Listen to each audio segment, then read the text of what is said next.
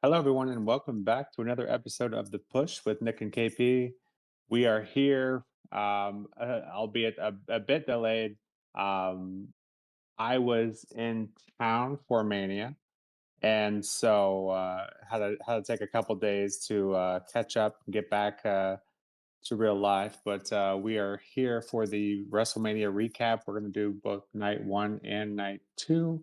And yeah, I had initially wanted to rewatch it when I got back, but that's just not how life works sometimes. Haven't had the time quite yet. And so I think it'll add a little bit of a different feel to it. I think maybe we'll have some differences in what we saw and in terms of live and what you saw watching at home, KP. I guess we'll find out. So just wanted to put that out there as well. But yeah, without further ado, let's get started with night one, WrestleMania in Las Vegas. Of course, we kick off with Jey Uso and Gunther. Um, yeah, listen, we all knew, even if some of us had hoped that this wasn't going to be the case, we all kind of knew where this one was headed, right? Um, yeah, Jey Uso kind of forced WWE's hand here, and one of the most over guys in history. Like it or not, what he has done has made WWE he didn't have to, I suppose. People have been as over or more over, almost as over, and haven't gotten that shot. But I think with silver lining here being that Jey Uso has certainly put in his time. Like his gimmick or not, he's put in his time in WWE, and this is kind of the payoff. So, um, although we've seen this story several times before, this is the latest iteration of that story. So Jey Uso finally figures out how to take down Goliath and Gunther. And yeah, this is a red hot start to Mania. And yeah, the gimmick is simple, but it worked for this start of Mania. And you could argue, at least from my perspective, in the live crowd, that we used a lot of our energy up for this one match. And what I would say with probably the second loudest pop of the night overall. Um, yeah, not really much else too much else to say. My one reaction here would simply be, I think even though Jay hit three splashes at the end and then put Gunther in the chokehold, I would argue that maybe we still somehow made him a little weak. And that submission he tapped pretty quickly. Um, make of that what you will. The you know the silver lining being that Gunther has held the title a lot longer than most. I want to say somewhere around like 90% of his WWE main roster, he's had the title. So, in the grand scheme of things, he'll be all right. I don't think he's going to suffer from this by any means. And for what it was, even if we've seen it before, the moment was 99% of the crowd there loved every second of this. So, KP, I know we share the same sentiment here in terms of Jey Uso and what he's done. But do you have anything to add here? I wouldn't say I have anything else to add per se. I think you basically covered everything that needs to sort of be addressed here. I don't know when you look at the list of people who have beaten Gunther in WWE, you've got Ilya Dragunov, you've got Bron Breakker, you've got Sami Zayn, and now you've got Jey Uso. There's an anomaly there, and I just don't think that he should be held in the same regard of those as those names. I think this is probably the worst way to start WrestleMania in my perspective, and yeah, I think things can only get better from here. In terms of my opinion, I will let my opinions cloud my judgment of this match completely, and I will say no yeet. 1 out of 10. Yeah, and you know, I know we're not alone. E- even you know, even though the live crowds react to this, the numbers speak for themselves, and you see online all the time the dislikes often are more than the likes of these videos uploaded by WWE. So it's clearly we're not alone. Silver lining being, hey, if this doesn't work and everything falls flat, then we'll move on, and that's that. But I think this is WWE saying, hey, let's give it a shot, and we'll go from there. So, in terms of my rating, I won't quite give it a 1 out of 10. I give it a 5 out of 10, simply because you know, due to the crowd's reaction, and it is a moment, whether we like it or not. It is a moment, and I think it's kind of like the David versus Goliath story that we've seen before, yes, but also, this proves that anyone can do it, and so that aspect of it, you have to you have to at least appreciate, even if we don't like. So with that, we'll move on to the next match. Was the War Raiders and the New Day. Um, yeah, this is gonna be a slow move here from the first one, and then after this, night one certainly kind of turned around. This was a rocky start to the first night, but yeah, we'll make the most of it and we'll move on here. Listen, there's nothing wrong with this match, but it didn't feel mania worthy, and I think for many reasons. And the biggest reason is that, and the build up to this SmackDown, the tag division in SmackDown was absolutely killing it. And for whatever reason, whoever made that call, um, they relegated that match to a TLC match. If that wasn't the final, nail in the coffin, a TLC match, and they relegated it to the next week on SmackDown. So just from the start, this match is behind the eight ball for that reason alone. So yeah, let's get to the actual match. The match itself was perfectly acceptable. I think the New Day winning is far overdue, and I think they really kind of stumbled to capitalize on that momentum of the turn on Big E, and we've talked about that several times as we've talked about the differences between the SmackDown and the Raw build. But the crowd, just like me, just didn't have any interest in this match, and unfortunately, with the two teams in there, obviously it was a serviceable match. But then following the hype of the that the crowd had from the opening match, that didn't help either. So comparatively speaking, they were like, okay, I need a break. I need to go to the bathroom or something. So unfortunately, that's kind of how this match treated. Um, this would have been just fine the Raw after Mania and put SmackDown in this place, the SmackDown Championship match in this place, and no one would have had any issues with it. So, yeah, anything else to add, KP, that I haven't hit?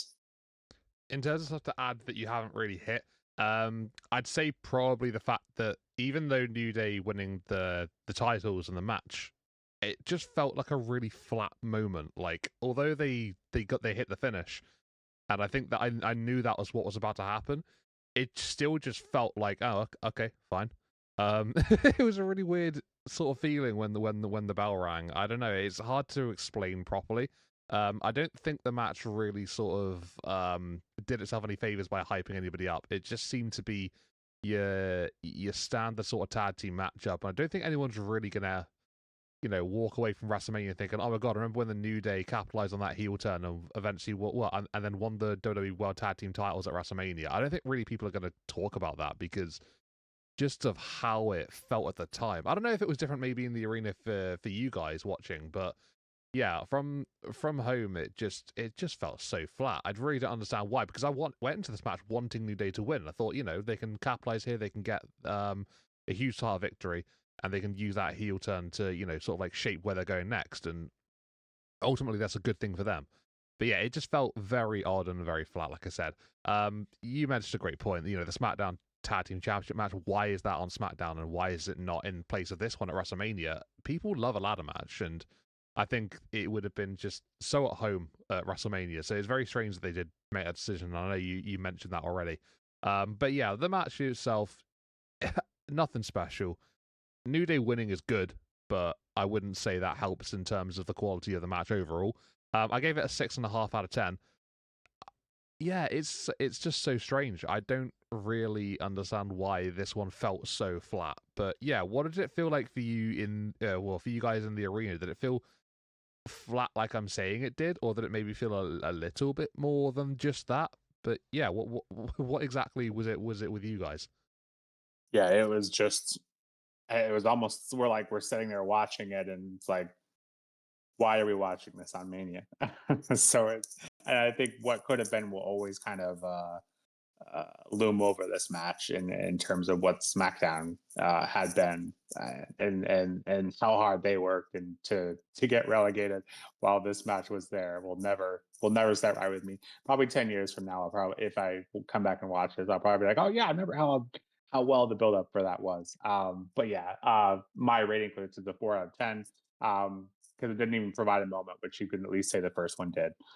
This one felt sudden, abrupt. Like the first match took too long, and this one they realized they had to make it work, and so this was their attempt to do that. So with that, let's move on to what, in my opinion, felt like the first Mania match.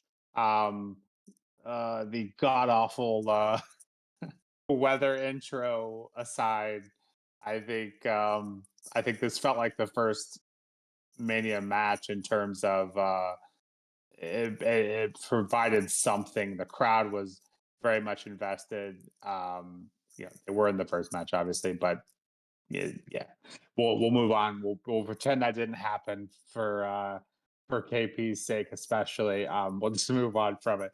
From our predictions, we knew this was going to be a tough one in terms of creative and who to get behind. But just to recap the match quickly, obviously Jade has had momentum since returning, and dare I say, this run is it. In terms of Jade, if this doesn't work, WWE probably has to move on from her, right?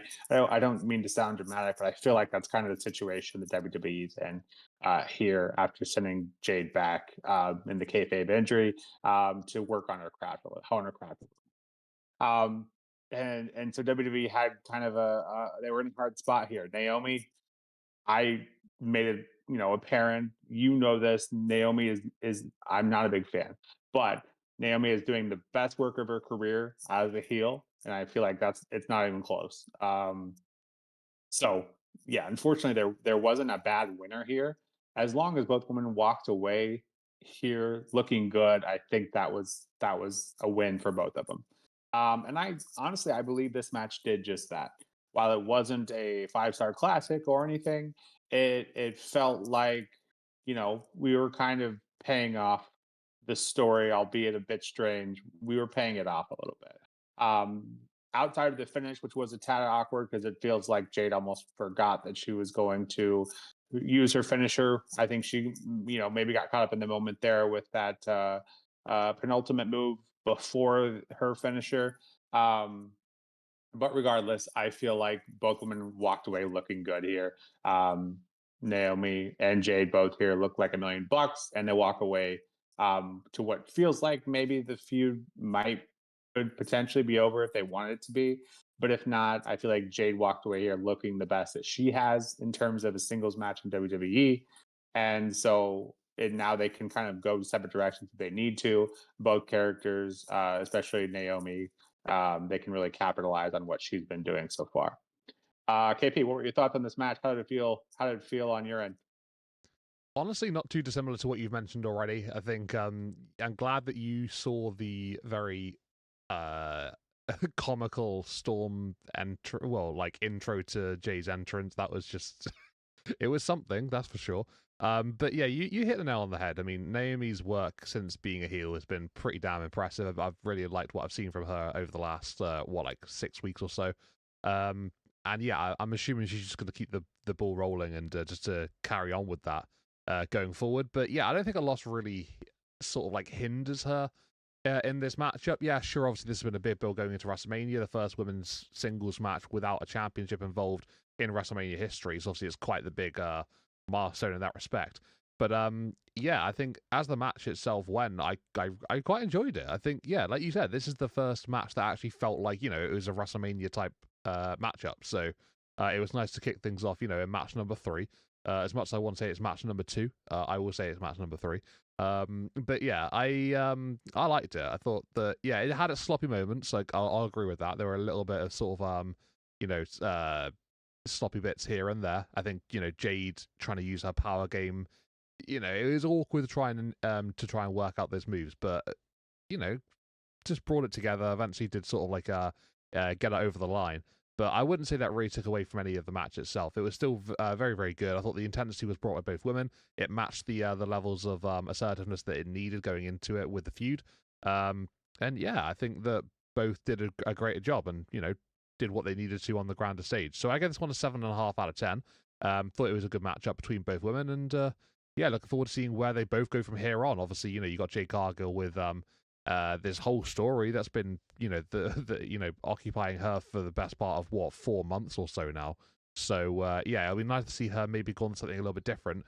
As to what that's going to be, we have no idea. But with Naomi, she's now got to bounce back and just keep that momentum going strong. But yeah, 7.5. Thought it was good. Yeah, and I think if they continue to use Jade kind of like they have, use her as that character, that prestigious character. Not my typical cup of tea, but she has everything outside of what feels like the in-ring work. So if we could just make the character feel like a big character, she doesn't have to wrestle every week like the workhorses we tend to like more. She can wrestle at the big events, and in the meantime, continue to hone her craft. I think she'll be just fine. And yeah, I think Naomi has kind of forced WWE's hand too. Like she needs to continue to be pushed in what has been the best angle. And again, maybe we're not done here, but we'll continue to pay attention and see what happens from here. Let's move on to the next one, which I will argue is one of the most underrated matches of the weekend. And that is LA Knight defending his US championship against Jacob Fatu.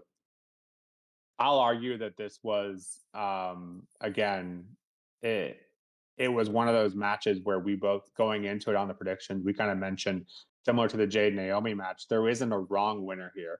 No, neither of these guys winning would have made me upset, or I felt like they didn't deserve to win because they both are very very over. I think we can both agree to that, and just like that, both of them absolutely killed it. And the crowd was really hot for this one, and I think kind of you could feel that kind of momentum, the back and forth between Fatu and LA Knight. It was crowd ate it up. Um, the moonsault to a BFT was all time, and I think if you had to pick like 5 Mania moments, I feel like that and Jacob Fatu winning kind of combined would be one of those moments. An incredible spot, and I'm just so elated that Jacob Fatu gets the U.S. title here. Yeah, it had to be from LA Knight, but we have to let everyone have a turn in this company that just has an absolutely stacked roster. So I think this is first of many to come for him. I think he will be a world champion sooner rather than later. But to me, Jacob just is that full package and what he can do in the ring. And in my opinion, I think he's pretty decent on the mic too. So LA Knight will obviously get his time again to shine. But on this particular night, it was Jacob Fatu's. JP, what were your thoughts on this match, and how did you receive it? Yeah, I'll start off firstly by saying this is probably one of my favorite matches of the weekend. I think both men were just absolutely tremendous throughout the entirety. Um, Jacob Fatu, there's he can do everything. He's just got everything in his locker. He can wrestle. He's charismatic. He's great on the mic. He's such a presence in the ring. He's strong, agile. There's literally no weaknesses to his game. It's very rare that you can say that about somebody. But the crowd also love him as well. He's got that sort of connection with the audience, and I think just everything about his game is just absolutely tip top. LA Knight is somebody that I'm a massive fan of, and I have been for a long time. And I think that, his in ring work sometimes does need a little bit of work. But in this match, you didn't really get that impression at all because both men absolutely killed it. They had a phenomenal contest between the two men. And yeah, there were some really, really good moments. So, like I say, we'll talk about that BFT for a long time. I don't think LA Knight will hit a better BFT in his career, if I'm being perfectly honest. It was executed absolutely sublimely, just absolutely perfectly, and yeah, made for a good moment. Obviously, when Jacob Fatu would get to the ropes to be able to stop the pinfall. turning it around to get the victory in the end. Yeah, it was just a great matchup and very, very deserved win for Jacob Fatu. You mentioned about him being a world champion at some point in his career. Yeah, I have no doubts about that. I don't think that's something that we'll have to wait too long for either. I don't think. I think maybe within about a year and a half probably is probably a good time frame for him. As to how he's going to lose the US title, that's another question. I don't think he's been pinned since joining WWE, so we'll have to go down that little road at some point. But yeah, I think he's destined for a world title. He's unbelievably good. LA Knight looked fantastic in this one as well. I'm not taking anything away from either man. I gave this one an 8.5 out of 10. Like I said, one of the matches of the weekend for me personally, and the absolutely correct result as well. Looking forward to seeing how this reign goes. I'm excited because Jacob Fatu is one of those guys that you can't really help but just sort of take everything in when he's on the screen. And yeah, I'm definitely keen for how this one plays out. Yeah, you said it great in terms of his character. I feel like he kind of demands your attention. And I've seen people say he's not great on the mic, but honestly, I've seen a lot worse get pushed a lot more. So I like his character. So yeah, I think the biggest feud for me personally I want to see is Solo, and I'm sure we'll get that in a matter of time. But yeah, let's move on to the next match, which I think both nights kind of had this type of match, and it was similar placed on the card as well. But we see Ray Phoenix take on El Grande Americano. Um, and right off the bat, Ray Phoenix being replaced, or excuse me, Ray Phoenix replacing Rey Mysterio after getting injured, kind of had me from the get go, kind of worrying what they were going to do here. Were they just going to copy paste the story they had with Rey Mysterio, or were they going to do something different on the fly with Ray Phoenix? So I'm not sure if this was the story for Rey Mysterio. I doubt it. I feel like it probably would have been a little more intricate with Ray, provided the two talents in the ring. Nothing against Ray Phoenix himself, but obviously he's very new to WWE. So this one's a bit of I'm a bit conflicted on this one.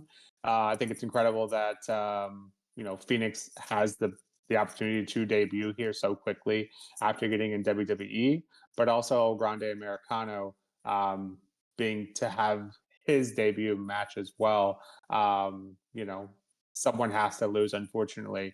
And I think personally, the medal and the mask with El Grande Americano, I think is a great story, and I think kind of helps protect Ray Phoenix from getting that loss so quickly. I think eventually this match leading to a mask versus mask, I think is the correct call, whether that be with Rey Mysterio or continuing this with Ray Phoenix.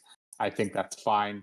But for now, I personally, I love the moment. I love the narrative that El Grande Americano has in WWE. So this for me was about the fan and the crowd eating it up during the entire match. The crowd chanting, "That's Chad Gable," and "No, it's not."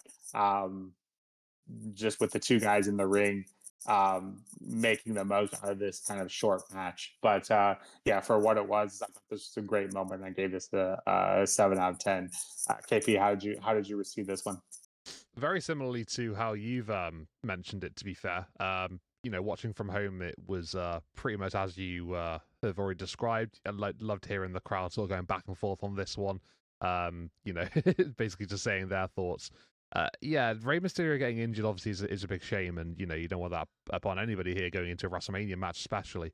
But yeah, Ray Phoenix obviously is a unbelievable talent to have just come in at the last moment. I had a feeling El Grande Americano would get the victory over Rey Mysterio, and I guess, just subbing in Ray Phoenix, on hindsight, does make sense for El Grande Americano to keep the win.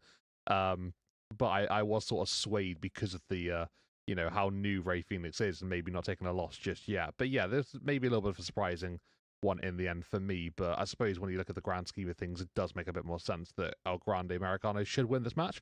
But yeah, I got no issues on how it went down, what happened at the end. Obviously, they didn't really have any sort of they didn't have like a massively long time slot here, which is maybe my main criticism. Would have loved to have seen this go a little bit longer, but no, it was fun while it lasted. It was energetic, it was high paced, as you'd expect from these two men. Two top luchadors in their own right. And yeah, just made for a very compelling matchup. And the steel the metal plate, whatever, inside the mask of El Grande Americano. Obviously, he's using that consistently every single week, so the story's there. And yeah, I think it's basically going to be a matter of who is going to expose that first, and I guess maybe we see the downfall from there on afterwards. But for now, let's enjoy it while it lasts. You know, he's come over here to WWE, and he's made a great statement so far. So hopefully he can keep things up. And yeah, I did enjoy the matchup. Can't remember if I've already said my rating, but I gave it a 7.5 out of 10. Just liked it for what it was, and yeah, thought it was a lot of fun. Yeah, nice breakup. Like a similar message in the second night. Like every match can't be 5-star classic and taking up a half hour of our time. But similarly, if I miss a rating, call me out on that, and I will throw that in there as well. But with that, yeah, let's move on to the next one. And Tiffany Stratton defending her title against Charlotte Flair, and for me, this was one of the most anticipated matches for the weekend. And from what I've seen, people either love this or hate it. But for me, I loved it, and I felt like the match kind of lived up to the hype that we built up before. Much like the last few weeks, for me, this match felt extremely real and gritty, hard hitting, and I love that. I think that worked for how our build was.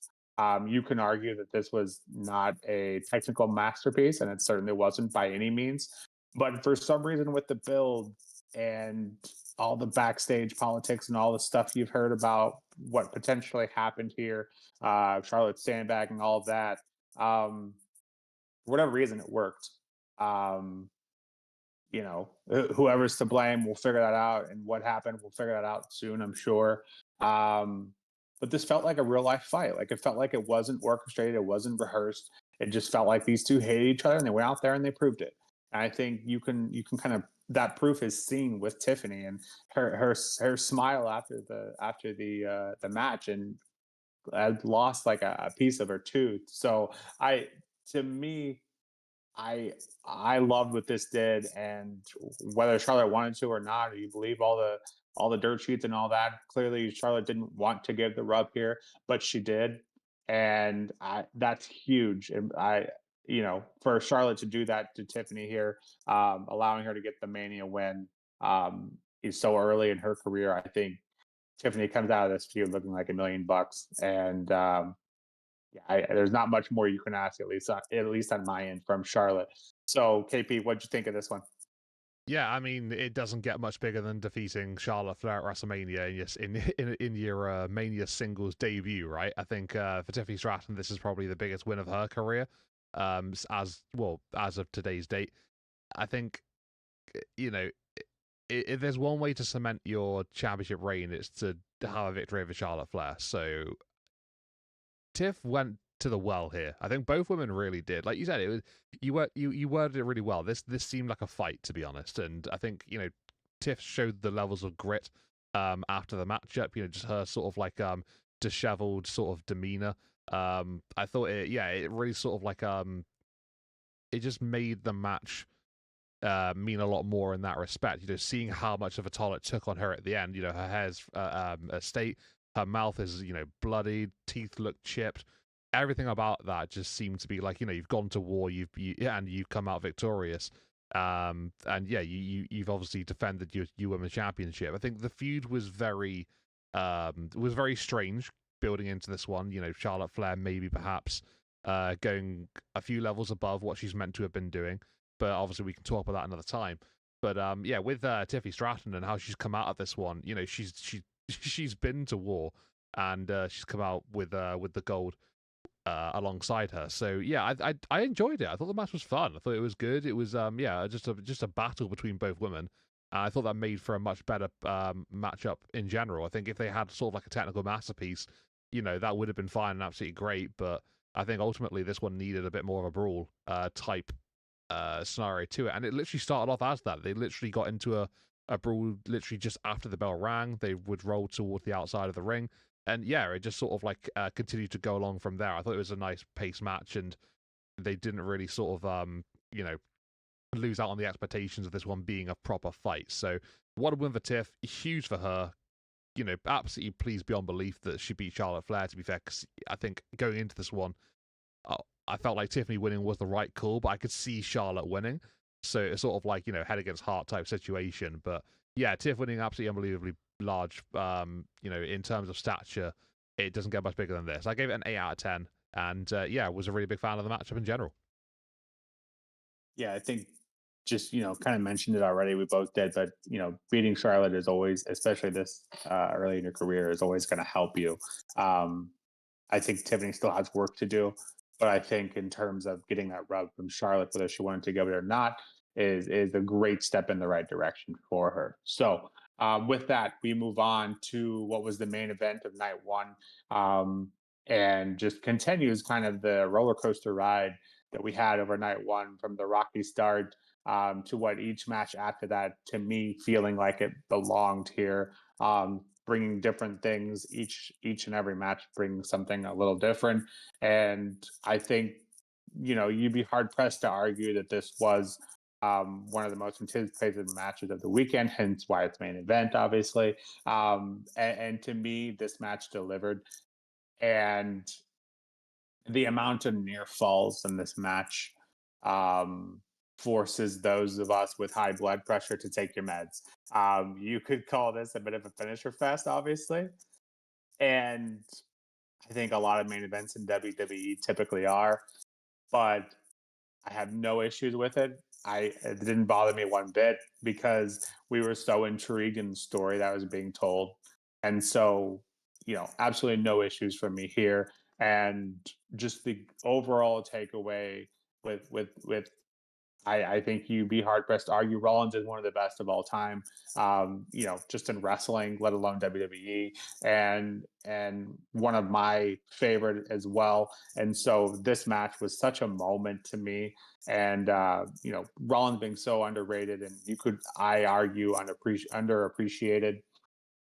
So getting this win for him over Roman and Punk, and the turns with Paul Heyman, you could argue maybe be a little bit predictable, but to turn on both Roman, Punk in the way that he did, and have Seth putting out his hand for the chair, just an absolutely incredible moment. And I'll stop fanboying here, but this felt like a moment to me that I will always remember. Being there will always be a top moment in my wrestling fandom. KB, how did you like this one? And what were your overall takeaways from what you saw here? Well, first of all, I'll start off by saying how how crazy a main event it was. Like you said, finisher fest. Yeah, I think I could probably agree with that one. There are a whole lot of finishes in this one: spears, GTSs, stomps.